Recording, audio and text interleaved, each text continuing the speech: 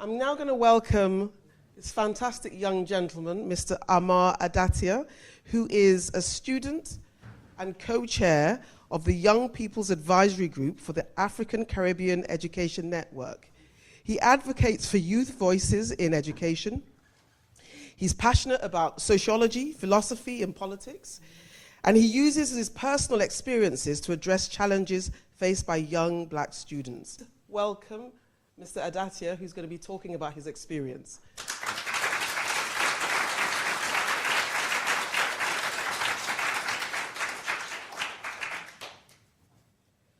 I was told that I had rabies because I was black, 7 years old. There was the constant use of the M-word around me in a predominantly white school, 8 years old. I was picked on because of my race and was eventually attacked by another boy. I received a harsher punishment than him for defending myself, 10 years old. The headmaster of my school said the M-word in a lesson teaching about slavery. She also held a makeshift auction where she sold off the only black student to the other white students, 12 years old. Every year, we celebrated Black History Month by watching the same 4-slide presentation on the first black footballer. One year, we managed to talk to the first black Queen's Guard, but instead of asking relevant questions, like how was your experience been as the first black Queen's Guard, we asked, what's the Queen's favourite food? Within the first term at my new school, a boy came up to me and my friends and told us to give him sweets or he would whip us. He said we were slaves who should be picking cotton and should call him master, 14 years old. A teacher told my friend he was a type of student who would end up in the gutter doing crack cocaine because he left his English book at home, 15 years old. At 16, the use of the M-word around me by white students is still prevalent. Every day, I face covert and overt racism, being called a monkey, a slave, a dirty immigrant, a watermelon muncher, or a KFC merchant, amongst other things. The above experiences are just a small number of what I have experienced and now normalize. And whilst these, of course, are problematic and difficult to deal with, what I find most difficult are teachers perpetuating these issues and their lack of proper support when something happens between students or other teachers.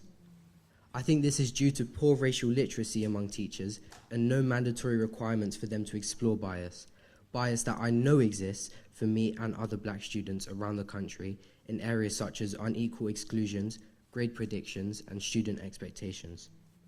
Recently, I found out about a study from Yale University that found that teachers are more likely to direct their attention to white students when looking for positive actions and black students when looking for negative behaviors. In the study, 135 educators looked at videos of children aged 4 and 5 in a classroom.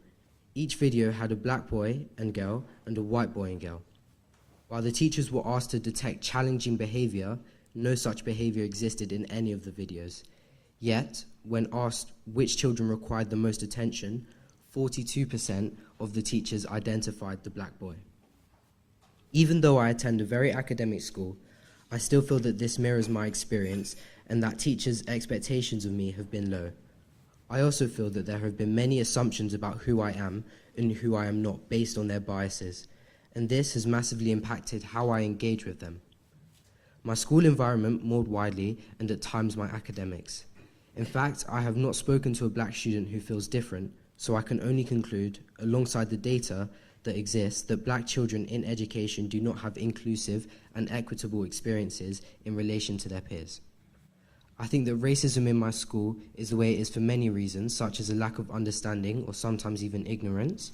But I think that one of the biggest reasons is the lack of diversity within teaching staff. In my school, probably close to 99% of black staff are in catering, caretaking, or support.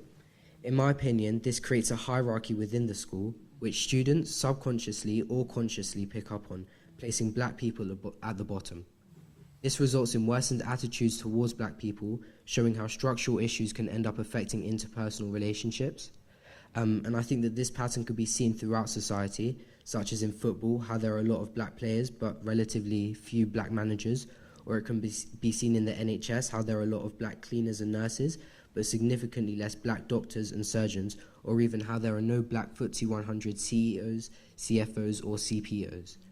In my opinion, On top of there being greater diversity within the staff of my school, what will improve my experience as a student would be for my school to provide greater education on topics related to race. I think that in my school, race is often ignored, and instead of trying to work past it, we should highlight the fact that race does exist. Within education, the data supports that these unequal experiences and outcomes, and I think that school leaders as well as the government need to be honest about how this shows up on institutional levels and then structural levels. Until this happens, I don't think that much will really decrease the effects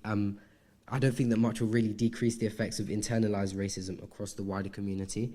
For me, having spaces like this to share my experiences where they are believed and seen as actually important really help.